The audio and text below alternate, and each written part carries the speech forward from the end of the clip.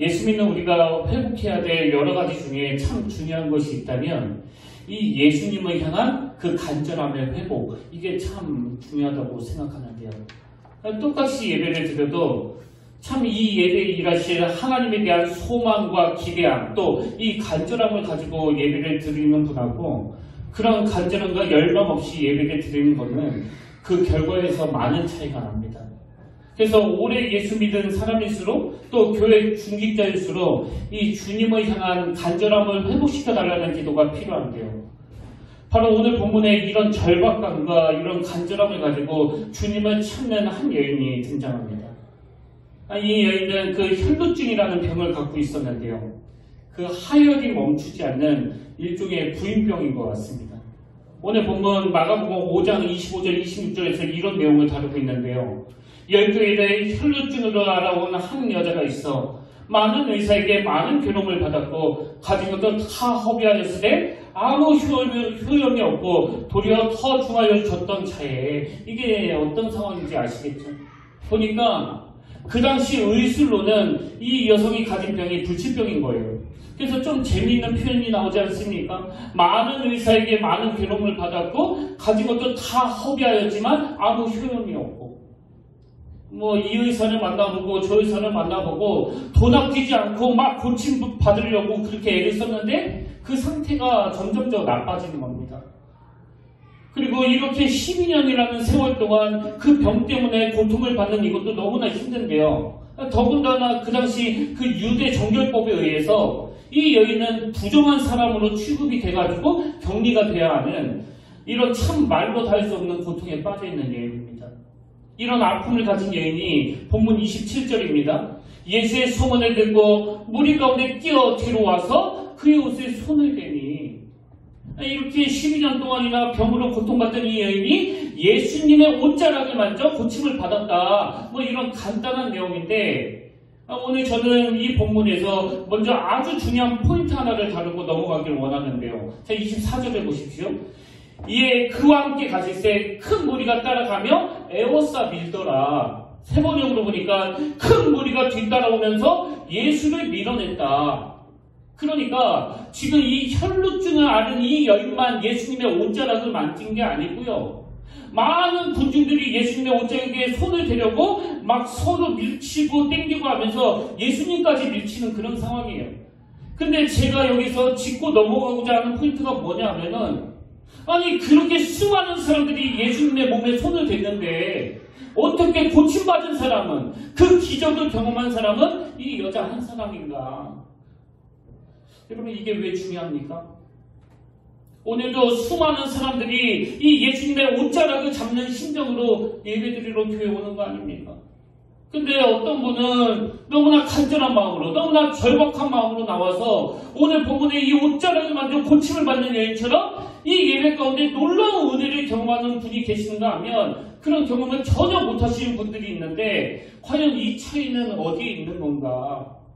왜 수많은 사람들이 예수님 몸에 손을 대고 옷자락을 만졌는데 유독 이 여인만 고침을 받았는가? 이게 오늘 먼저 살펴볼 포인트 중에 하나인데요. 여러분 왜 이 여인만 고침을 받았나? 이 질문에 대해서 답은 간단합니다. 그 여인에게는 두 가지 요소가 있었기 때문이에요. 그럼 치료가 가능했던 두 가지 요소 중에 그 첫 번째 요소가 뭐냐? 먼저 그 여인에게는 이 간절함이 따르는 믿음이 있었다는 겁니다. 그래서 이걸 저는 몰입이라는 단어로 묵상해봤는데요. 자, 27절입니다. 예수의 소문을 듣고 무리 가운데 끼어 뒤로 와서 그의 옷에 손을 대니 많은 사람들이 그의 옷에 손을 댔는데 이 여인하고 다른 점이 뭐냐? 그게 28절에 나옵니다. 이는 있는 거예요. 이는 내가 그의 옷에만 손을 대어도 구원을 받리라 생각함이로라. 이게 생각 없이 밀어내기만 하는 다른 사람들하고 이 여인과의 결정적인 차이예요. 사실 여러분 그 당시로 이 여인은 부정하다고 낙인이 찍혀있는 그래서 격리가 돼야 되는 그런 상황이기 때문에 지금 예수님 옷에 손을 댄다든가 다른 사람들을 터치한다든가 이러면 안 되는 거거든요. 근데 이렇게 여러 가지 난관이 많은 상황이지만 그의 옷에 손만 대어도 구원을 받을 것이라는 이 절박한 믿음이 그 모든 난관을 다 뛰어넘게 만드는 그런 도구가 된 거 아닙니까? 여러분 혹시 그 랜디 포시 교수라고 들어보셨는지 모르겠는데요. 이분은 그 마지막 강이라는 제목의 책을 쓴 미국 교수님이거든요. 근데 이분이 참 절망적이게도 이제 그 최장암 말기 선고를 받았는데요. 제가 이분에게 감동이 되는 게 뭐냐 하면 그 교수님은 인생의 마지막 시간을 자기 제자들, 대학교 학생들에게 쓰기로 결심을 한 겁니다. 그래서 이분이 그 유튜브를 통해서 너무나 감동적인 고별 강의를 남겼는데 그 강의를 묶은 책 제목이 마지막 강의라는 책이에요. 근데 이 책이 출간되자마자 뉴욕 타임즈의 베스트셀러가 되고 또 이 책이 그 29개 나라 언어로 번역이 될 만큼 막 전 세계 사람들에게 주옥 같은 메시지를 남겼던 분인데요. 저는 이 랜디 포시 교수가 했던 말 한마디를 참 마음에 간직하기를 원합니다. 자기 제자들에게 이런 말을 했습니다. 절대 포기하지 마라. 장애물에 부딪히거든 나에게 절실함을 물어보는 장치에 불과하다는 사실을 잊지 말아라. 이게 무슨 말인지 아시겠죠? 뭐 난간이 찾아오면 어지간한 사람들은 그냥 다 포기해버리는데 그러지 말라는 거예요. 포기하지 말라는 겁니다. 난간이 찾아오면 그게 지금 너를 테스트하는 거다. 난간이 찾아오면 그게 너에게 이런 난간조차도 연연하지 않을 만큼 절실함이 있는지를 물어보는 장치로 생각해라. 이게 참 저에게 많은 도전이 되더라고요. 그런가 하면 하버드 상위 1%의 비밀 이런 제목의 책이 있는데요. 이 책도 비슷한 내용입니다. 근데 저는 이 책의 부제목에 주목하는데요. 이 책의 부제가 신호를 차단하고 깊이 몰입하라. 사실 이게 이 책의 핵심 주제거든요. 그래서 저자가 하버드에서 찾은 가장 강력한 성공 공식이 블록 앤 딥이래요. 블록 앤 딥. 우리말로 하면 차단과 깊은 몰입. 근데 제가 그 책의 주제들을 보면서 이건 영적으로도 같은 원리인데 그런 생각이 드는 겁니다. 여러분 우리가 영적으로 성숙해지려면요. 이 블록 앤 딥 이거 잘해야 돼요. 뭘 블록해야 됩니까? 뭘 차단해야 되는 거예요? 주님과의 깊은 교제를 방해하는 혼미한 것들은 다 차단해야 돼요. 음란한 거, 악한 거, 폐악한 거. 저는 음란한 거, 음란 사이트 이런 걸 참을 수준은 넘었지만요. 이런 건 아니라도 전 좀 자극적인 다큐멘터리를 좀 좋아하는 것 같아요. 그래서 금요일날 하는 다큐멘터리 궁금한 이야기인가 그런 거. 또 그것이 알고 싶다. 그리고 무슨 실화 탐사대 이런 것들을 제가 즐겨보거든요. 그러다가 요새 제가 이거 끊어야 되겠다고 작정을 하고 있는데 아직은 못 끊고 있습니다. 너무나 끔찍한 토막살인 그것이 알고 싶다. 또 별의별 이상한 사기 사건들 이런 것들을 제가 보다 보니까 제가 좀 이상해지는 것 같아요. 그래서 제 아내도 그런 거 안 봤으면 좋겠다고 그러고 저도 안 보려고 애를 많이 쓰는데요. 중독이 돼서 이게 잘 안 됩니다. 여러분 우리가 영적으로 깊이 들어가려면 블록 앤 딥이라고 그랬잖아요. 이 블록이 뭘 블록해야 되는 겁니까? 그게 어떤 폭력적이고 자극적인 게 아니라 하더라도 제가 저희 어머니를 항상 존경하는 게 저희 어머니는요. 저녁 시간에 TV를 일절 안 보세요. 그래서 제가 가끔씩 왜 재미있는 그 연속극 같은 거 안 보세요? 그러면 늘 하시는 말씀이 내가 왜? 그 잠들기 전에 귀신 신알 까먹는 저런 거 보고 내가 왜 자면서 그런 거에 영향을 받아야 되느냐고. 그래서 항상 말씀을 묵상하고 말씀을 암송하고 말씀을 들으면서 잠자리에 들어가시는 거 이게 바로 그 블록의 정신이라는 걸 이제 제가 조금씩 알아가고 있는 거거든요. 그런 의미에서 지금 여러분은 영적으로 깊어지시기 위하여 이 세상의 악한 것들, 혼미한 것들 이런 것들을 차단하려고 애쓰고 계십니까? 음란한 것들이 괴롭히면요 그냥 인터넷을 끊어버리셔야 돼요. 블록해야 됩니다. 그런가 하면 블록만 하는 게 아니라 블록 앤 딥. 이 딥이 뭐예요? 뭘 깊이 몰입하라는 거예요. 깊이. 우리를 혼미하게 만드는 그 악한 것들을 다 차단시키고 무엇에 몰입해야 되느냐? 히브리서 3장 1절이요. 그러므로 함께 하늘의 부르심을 받은 거룩한 형제들아 우리가 믿는 도리의 사도이시며 대대사장이신 예수를 깊이 생각하라. 뭘 깊이 몰입해야 된다고요? 히브리서 12장 2절 믿음의 주여 또 온전하게 하시니 예수를 바라보자. 여러분, 우리가 기왕에 신앙생활 하는데 그냥 그 수많은 군중들처럼 예수님 몸에 손을 대고 밀치고 해도 아무런 일도 일어나지 않는 이런 신앙생활이 아니라 그 혈루증으로 고통하던 그 여인이 간절함을 가지고 깊이 몰입하면서 의도를 가지고 주님 옷자락에 손을 댔을 때 12년 동안 자기를 괴롭혔던 그 끔찍한 혈루증이 떠나가는 이런 아름다운 일들을 우리가 좀 경험하면서 예수 믿으면 얼마나 좋겠습니까? 그런 의미에서 저는 그 전화기를 발명했던 알렉산더 벨이 했던 이 말이요. 그가 이런 말을 했습니다. 초점을 맞추기 전까지 햇빛은 아무것도 태우지 못한다. 이게 참 의미 있는 이야기 아닙니까? 이 태양이 막 어마어마한 열을 가지고 있고 어마어마한 빛을 가지고 있지만 그러나 여러분 초점을 맞추기 전까지 햇빛은 아무것도 못 태우는 거 아닙니까? 어릴 때 그 무슨 렌즈 가지고 검은 색종이를 태웠던 기억이 저도 있거든요. 신앙생활도 마찬가지예요. 정말 우리가 한번 하나님 앞에서 블록앤틱 기왕에 예수 믿는데 내가 주님을 사랑하는데 내가 주님을 알아가는데 방해하는 이런 것들을 한번 차단시켜 봐야 되겠다. 그것이 알고 싶다. 더 이상 안 보도록 저를 위해서 기도해 주세요. 그래서 블록앤틱 악한 것들을 차단하고 믿음의 주여 온전하게 하시니 예수를 바라보자. 제가 이 설교를 준비하면서 뭐 이런저런 자료를 찾다가 저 같은 설교자에게 던지는 그 메시지가 담긴 인터뷰 글을 보게 됐는데요. 그 설교학 교수님인 권호 교수님입니다. 이 권호 교수님의 인터뷰 질문이 이랬습니다. 변화를 이끄는 설교가 되기 위해서는 어떤 노력을 해야 됩니까? 이건 뭐 저 같은 목회자들이 늘 관심을 갖는 그런 질문 아닙니까? 변화를 이끄는 설교가 되기 위해 어떤 노력을 해야 됩니까? 그랬더니 그 설교학 교수님이 이런 답을 적어놓은 걸 봤습니다. 본문 몰입과 깊은 영성을 강조하고 싶습니다. 본문 몰입과 깊은 영성을 강조하고 싶습니다. 무엇보다 본문에 완전히 몰입해야 합니다. 적어도 하루에 2-3시간씩 말씀에 몰입해야 합니다. 설교자가 본문에 몰입하지 않으면 절대 청중을 몰입시킬 수 없습니다. 너무나 동의가 돼요. 한 주간 동안 제가 이 본문 말씀을 얼마나 집중하냐에 따라 얼마나 깊이 몰입하냐에 따라 그래서 제가 화장실 갈 때에도 잠자리에 들어가면서도 또 아침에 제일 먼저 일어나자마자 하나님 말씀을 묵상하는 이 깊은 몰입이 있을 때 성도님들이 이 말씀의 은혜를 받는 거 아닙니까? 그래서 저는 종종 이 찬양이요.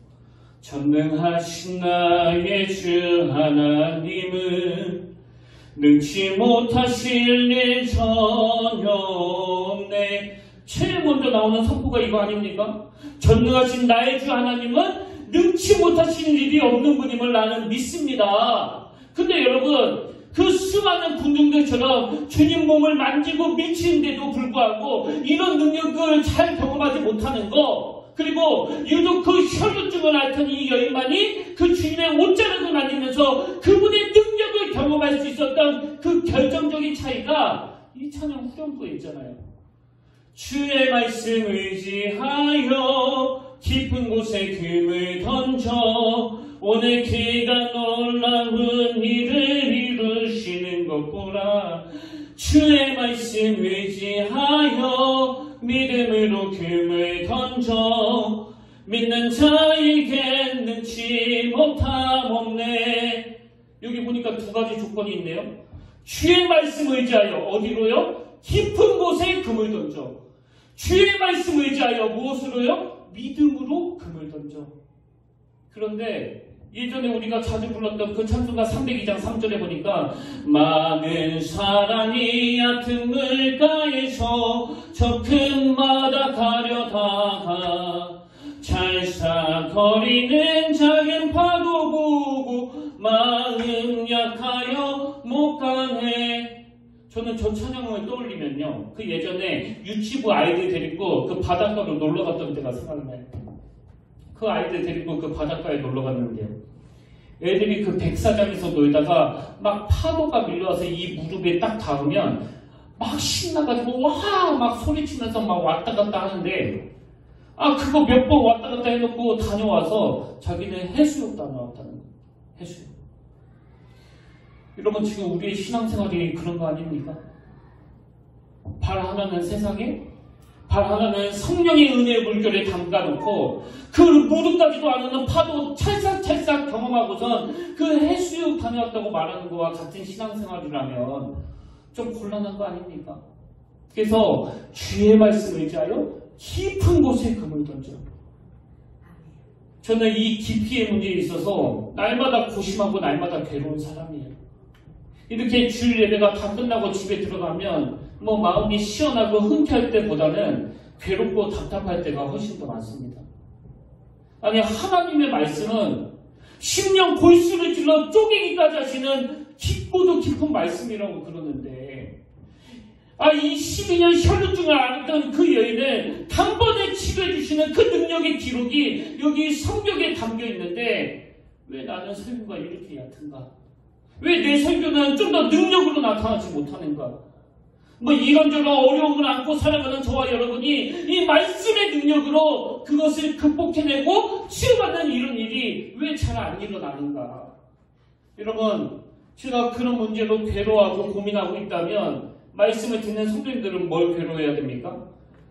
주의 말씀을 의지하여 깊은 곳에 금을 던져. 주의 말씀을 의지하여 믿음으로 금을 던져. 하나님, 저도 저 말씀을 의지하여 깊은 곳에 금을 던지기를 원합니다. 저는 뭐 특별한 일이 없는 한 항상 이 교회에 와가지고 뭐 찬양도 부르고 기도도 하고 또 설교도 준비하는데요. 뭐 평일에 늦을 때는 저녁 한 9시, 10시까지 이 교회에 있거든요. 근데 제가 그렇게 설교를 준비하고 있으면 가끔씩 저기 목영실에서 우리 권사님들의 기도 소리를 듣게 돼요.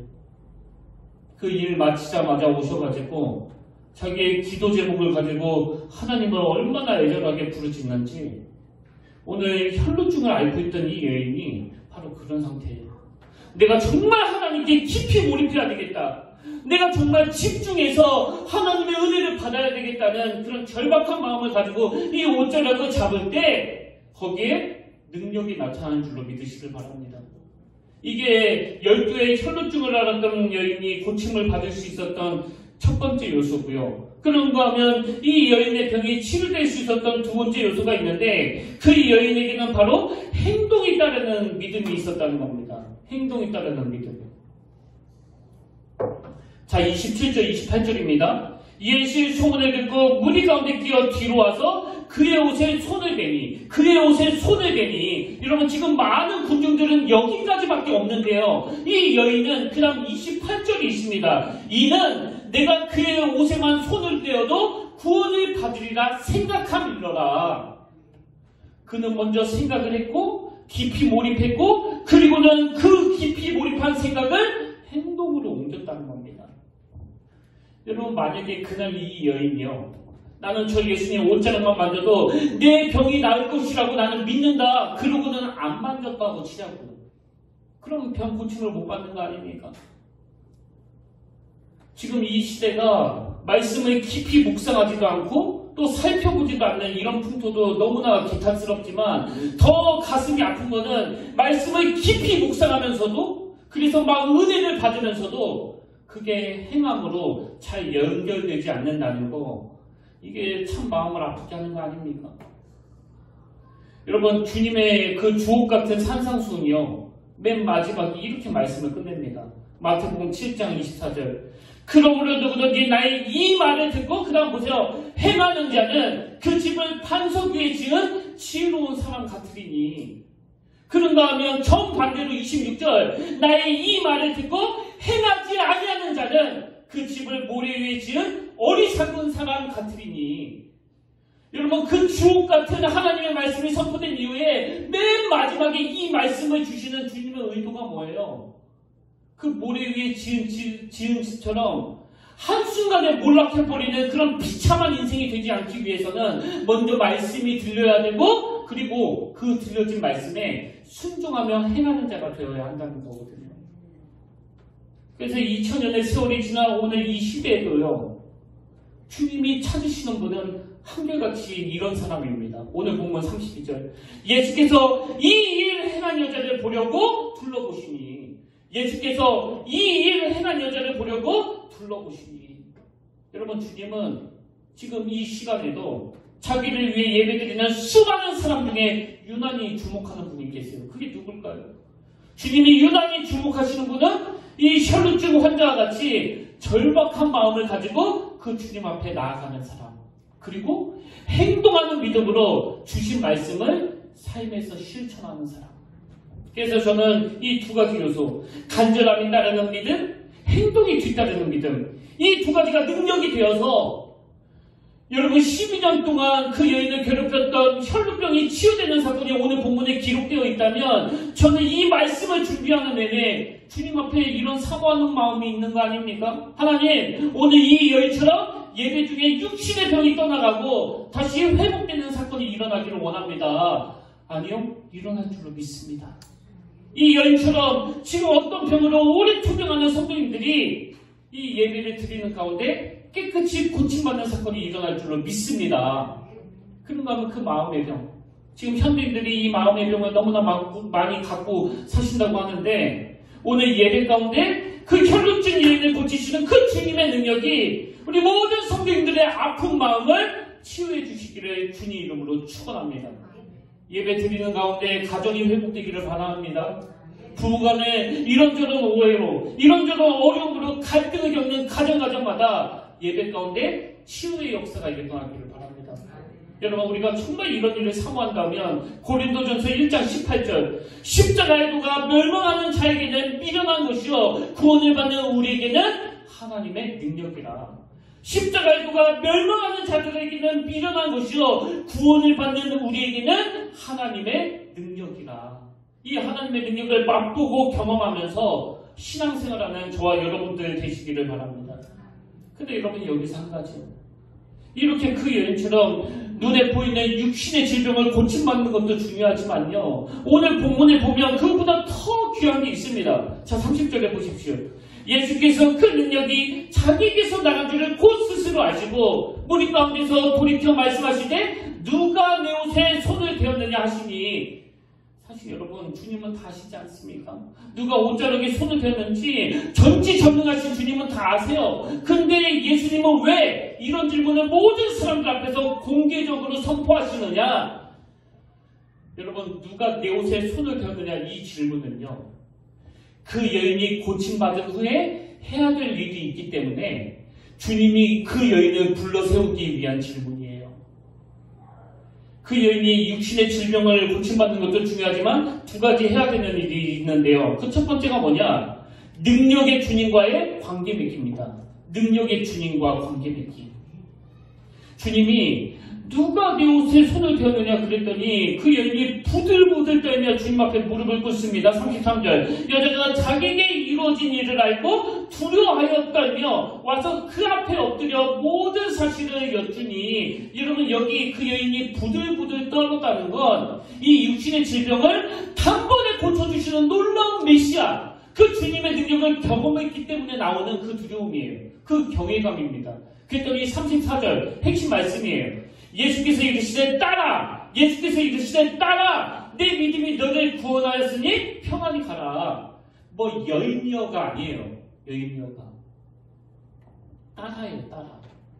지금 주님이 이렇게 딸이라고 불러주시는 건 이 여인과 관계가 회복됐다는 의미 아닙니까? 여러분, 병 고쳐주시는 거하고 관계가 회복돼서 딸이라고 부르는 건 완전히 다른 차원이에요. 저도 그 작년에 담낭을 제거하는 수술을 받았지만요, 그 담낭 수술을 너무너무 잘해주셔가지고 깨끗하게 낫는 거하고 그 의사 선생님이랑 제가 관계 맺는 거 완전히 다른 이야기예요. 죄송하지만 그 의사 선생님 성함도 기억이 안 납니다. 왜? 관계가 없기 때문에. 오늘 주님이 진짜 원하시는 건 우리가 가진 어떤 육신의 문제를 해결받는 그것은 도구에 불과하고 그것을 매개로 해서 딸아, 아들아 이렇게 부르실 수 있도록 그 관계가 회복되기를 원하시는 거예요. 그리고 이건 요한복음 15장 4절도 마찬가지 아닙니까? 내 안에 거하라, 나도 너희 안에 거하리라. 가지가 포도나무에 붙어있지 아니하면 스스로 열매를 맺을 수 없음같이 너희도 내 안에 있지 아니하면 그러하리라. 그리고는 5절이요. 나는 포도나무여 너희는 가지라. 그가 내 안에 내가 그 안에 거하면 사람이 열매를 많이 맺나니 나를 떠나서는 너희가 나를 떠나서는 너희가 아무것도 할 수 없습니다. 나 여호와 하나님이 원하는 건 나와 너희가 친밀한 관계를 맺는 것이고, 그 관계 맺음이 이루어지면 능력자 되시는 그분의 능력이 우리 삶 속에서 역사하신다는 거예요. 그래서 저는 이 나를 떠나서는 너희가 아무것도 할 수 없습니다, 이 말씀을 묵상하다가 그 예전에 들었던 인터넷 강의가 생각이 났는데, 어느 교수님이 한 강의예요. 이 교수님이 그 강의에서 뭘 주장하느냐, 여러분, 예전에 우리나라가 일본에게 나라를 빼앗기는 그런 불행한 역사를 갖고 있지 않습니까?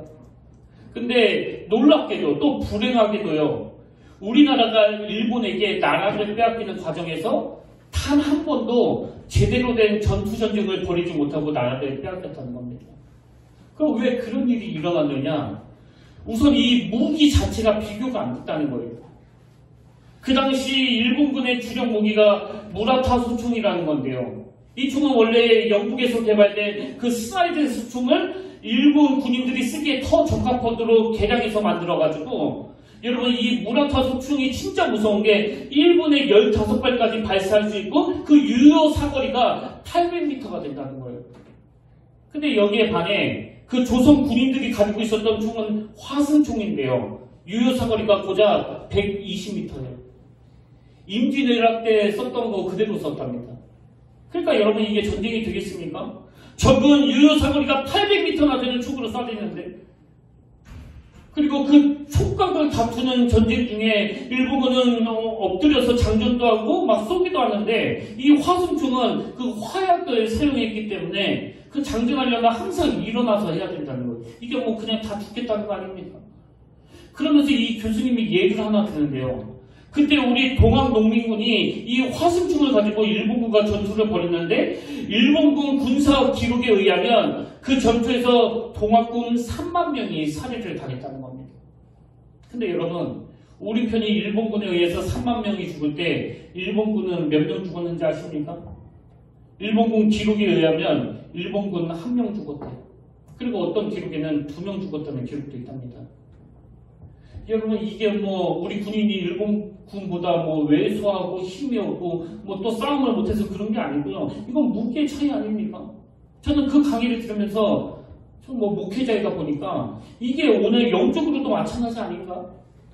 여러분, 오늘 영적으로 우리가 만든 그 화승총은 유효 사거리가 120m밖에 안 나가요. 근데 원수 마귀가 지금 우리를 공격하는 무기는 놀랍게도 무라타 소총 800m까지 날아가요.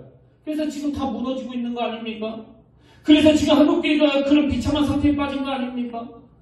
여러분, 우리가 마치 그 동학농민군이 가지고 있었던 그 유효 사거리 120m밖에 안 나가는 이 화승총으로 싸운다면 이 원수 마귀와의 싸움에서 우리는 100점 100패예요. 그래서 우리 주님이 요한복음 15장 5절에서 너희가 나를 떠나서는 아무것도 할 수 없습니다. 이제 네가 만든 그 화승총 내려놓고 성령의 검으로 무장해야 된다. 에베소서 6장 12절 마귀의 관계를 능히 대적하기 위하여 하나님의 전신갑주를 입으라. 17절 구원의 투구와 성령의 검 곧 하나님의 말씀을 가지라. 18절 모든 기도와 간구를 하되 항상 성령 안에서 기도하고. 여러분, 뭐 우리의 노력? 내 13년의 목회 관로? 그 인간이 만든 화승총 들고 싸우면요 100점 100패예요. 여기에 무슨 소망이 있겠습니까? 기도해야 되는 이유가 바로 여기 있는 거예요. 여러분, 이제는 여러분이 만든 그 소총 좀 내려놓지 않으시겠습니까? 성령의 검으로 좀 무장하지 않으시겠습니까? 그게 기도예요, 기도. 그리고 아마 두 번째로 고침받은 후에 해야 되는 게 하나 더 있는데요. 그건 바로 주님의 평화의 영향력 안으로 들어가기예요. 주님의 평화의 영향력 안으로 들어가기. 이게 무슨 말씀인가 하면 본문 34절 예수께서 이르시되 딸아 네 믿음이 너를 구원하였으니 평안히 가라. 여기 평안히 가라 할 때 이 평안은 헬라어로 에이레네라는 단어인데요. 제가 여러 번 설명해 드린 단어입니다. 이 헬라어로의 에이레네는 구약에 나오는 샬롬을 번역한 단어예요. 그러니까 지금 예수님이 딸아 네 믿음이 너를 구원하였으니 평안히 가라 이 말씀은요, 이제 뭐 또 병도 고쳤으니까 네 마음 편안하게 살아라 이런 뜻이 아니고요. 이 말씀의 의미는 이게 주님과의 관계가 회복된 자들이 누리는 그 샬롬, 이 하나님이 주시는 그 샬롬을 누리며 살도록 해라. 그 말씀이에요. 오늘 우리 시대가 바로 이 샬롬이 절실하게 필요한 시대 아닙니까? 평화로다 하늘 위에서 내려오네. 그 사랑의 물결이 영원토록 내 영혼을 덮으소서. 여러분, 내 영혼을 덮을 이 샬롬은요, 인간의 것이 아니에요. 인간이 만들어서 나눠주는 게 아닙니다. 하늘 위에서 내려오네요. 여러분, 육신의 병을 고침받고 막 할렐루야 그러면서 하나님께 감사하는 것도 중요하지만 진짜 주님이 원하시는 건 여러분과 제가 주님과의 관계를 회복하는 거예요. 그리고 그 관계가 회복된 자들이 누리는 샬롬, 이 평화의 영향력 안으로 들어가기를 주님이 원하신다는 겁니다. 그래서 제가 오늘 설교 제목을 예수님을 터치하다 이렇게 정했는데요. 여러분, 예수님과의 터치를 통해서 나타나는 힘이 두 가지 아니겠습니까? 하나는 그분의 능력을 덧입는 것이고 또 하나는 그분의 샬롬을 덧입는 것이라고 한다면 저는 정말 우리 평택교회가 예수님과의 접촉이 끊임없이 일어나는, 예수님과의 터치가 끊임없이 일어나는 교회 공동체가 되기를 원합니다. 오늘 본문 말씀에 빗대어 설명하자면 하나님, 우리 평택교회가 간절함을 가지고 절박함을 가지고 주님 앞으로 나아가는 그런 여인들이 모인 공동체가 되기를 원합니다. 그리고 인간의 힘으로는 해결이 안 돼 신음하고 있는 그 연약한 자들이 이곳에 모여 함께 예배를 드릴 때 여기에 치유의 역사가 일어나기를 원합니다. 결론을 맺으면서 저는 얼마 전에 어떤 청년이 저에게 보낸 문자 하나를 소개하고 오늘 말씀을 마무리하려고 하는데요.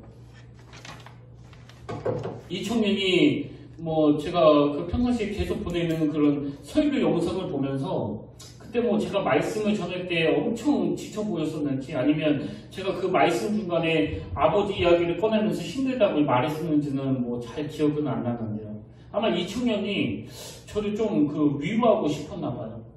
아주 긴 그 장문의 문자를 저에게 보냈는데 제가 그 문자를 보고 너무나 감동을 받았던 게 처음부터 목사님 힘내셔야 됩니다. 목사님 힘내주세요. 이걸 먼저 쓴 게 아니고요. 맨 앞에 글을 한번 들어보십시오. 문자 내용이 이렇게 시작합니다. 저는 올해 초에 목사님 설교를 통해 들었던 올해의 3가지 목표, 예수님을 기억하고 묵상하며 예수님의 영역 안에 거하고 예수님을 닮아가기, 이 3가지를 붙들며 치열하게 하루하루 대학생활을 보내고 있습니다.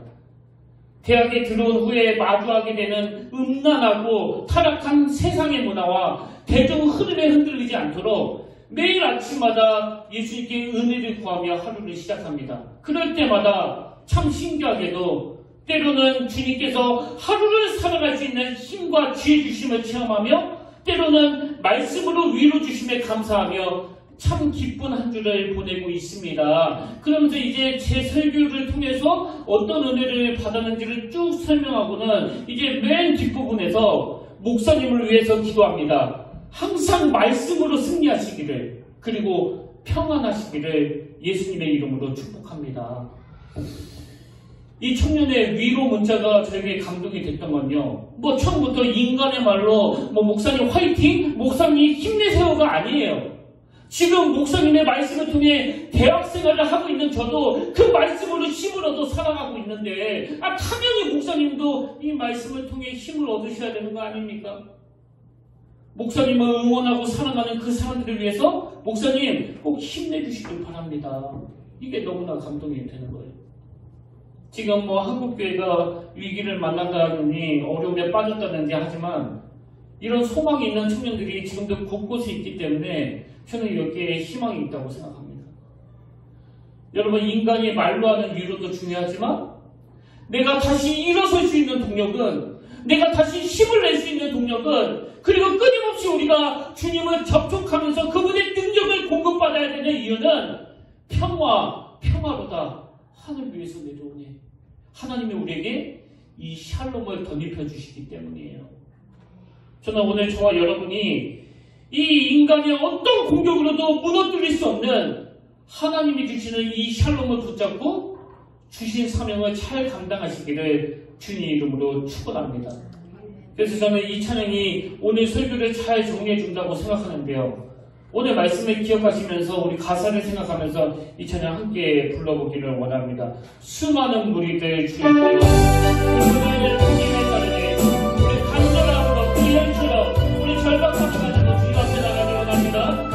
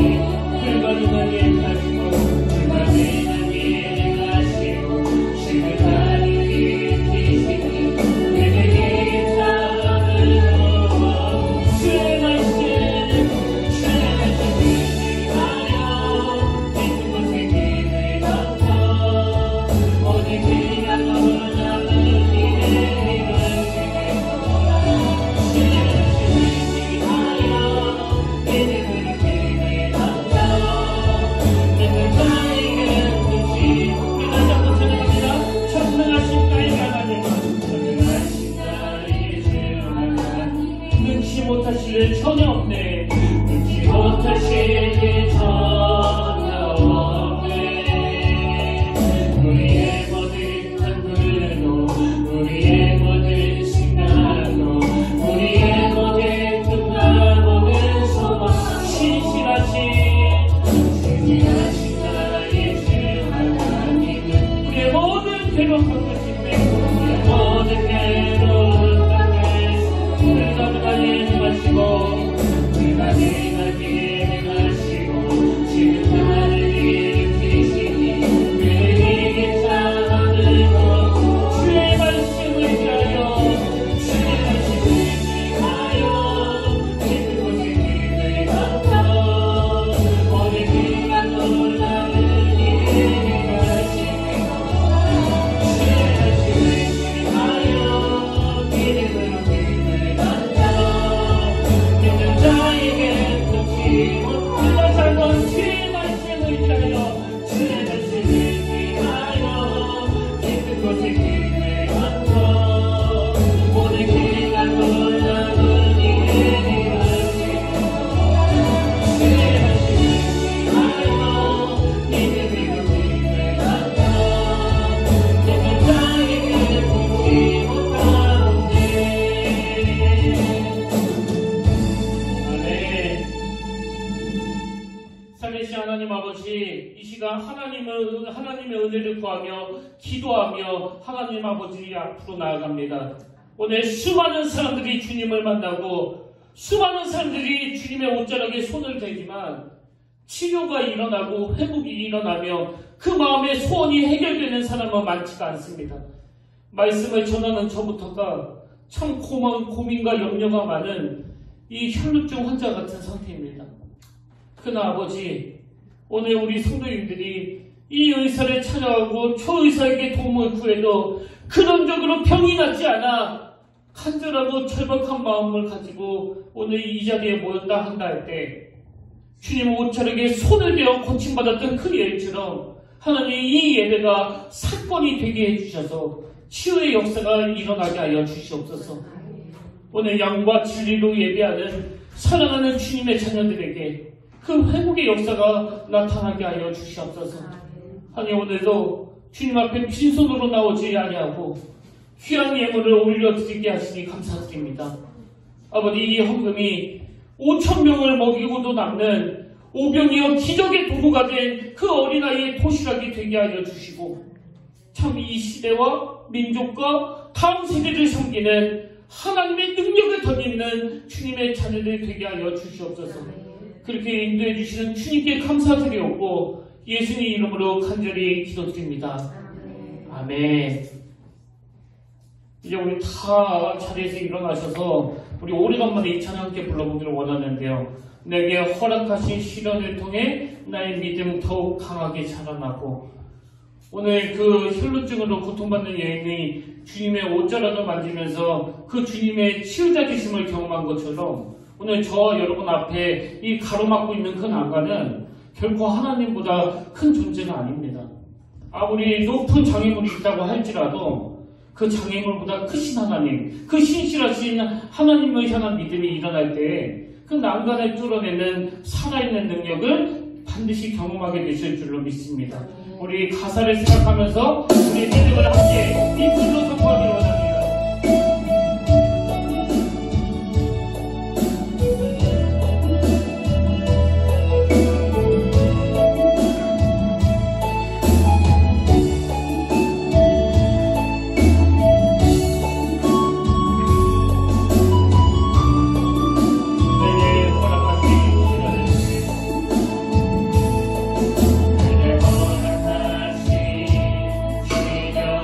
통해 나의 믿음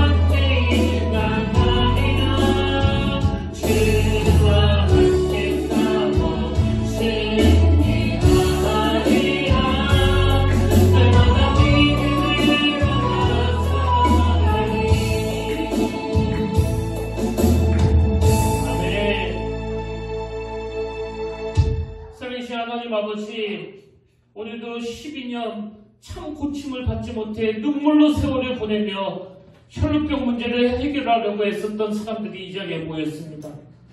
수많은 사람을 만나고 수많은 사람에게 도움을 청하지만 근원적인 문제를 해결할 능력이 그들에게 없음을 너무나 잘 알기에 오늘 이 시간 주님의 은혜를 구합니다. 하나님, 지금 육신의 질병으로 고통하는 주님의 자녀들에게 성령의 강한 역사하심으로 육신의 질병이 떠나가는 마음의 질병이 치유되는 사건을 허락하여 주시고, 그 38년 된 병자처럼 오랫동안 절망 상태에 빠져 이미 낙담하고 이미 포기하고 있는 그 성도들에게 네가 낫고자 하느냐, 이 주님의 생명의 말씀이 선포되는 예배가 되게 하여 주시옵소서. 한번 드리는 이 예배에 인생이 변화되는 사건이 일어날 줄 믿습니다. 한번 집중해서 드려주는 이 예배 하나가 아버지 우리에게 긴 시간 동안 고통을 주던 그 문제가 해결되는 능력의 예배가 될 줄로 믿습니다. 그런가 하면 육신의 질병이 고침받는 것도 너무나 중요하지만 아버지 그것으로 끝나지 않냐고 능력자 되시는 그 주님과의 관계가 회복됨으로 말미암아 그동안 원수마귀가 800m 유효 사거리로 쏘아대는 그 공격 앞에 너무나 무기력했던 우리의 삶을 주님 앞에 고백하게 하시고, 이제 내가 만든 그까지 무기 다 내려놓고 아버지 성령의 검으로 무장한 주님의 자녀를 되도록 인도하여 주시옵소서. 이번 한 주간 동안 그 강력한 성령의 무기를 가지고 참으로 승리의 노라고 선포할 수 있는, 또 하나님이 주시는 그 샬롬을 맛보고 누리는 귀한 한 주간이 되도록 역사하여 주시옵소서. 이제는 우리 주 예수 그리스도의 은혜와 하나님 아버지의 탐없는 사랑과 성령님의 감동, 강화, 위로 통 충만하심의 역사가 오늘 주신 말씀 마음에 담고 힘으로 달려가기로 다짐하며 예비하는 모든 주의 자녀들의 머리 위에 지금부터 영원토록 함께 하시기를 간절히 축원하옵나이다.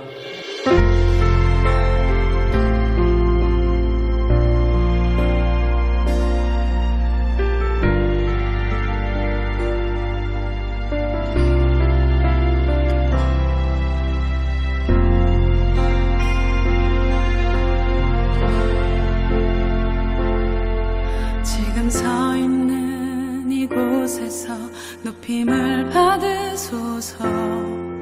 내가 받는 땅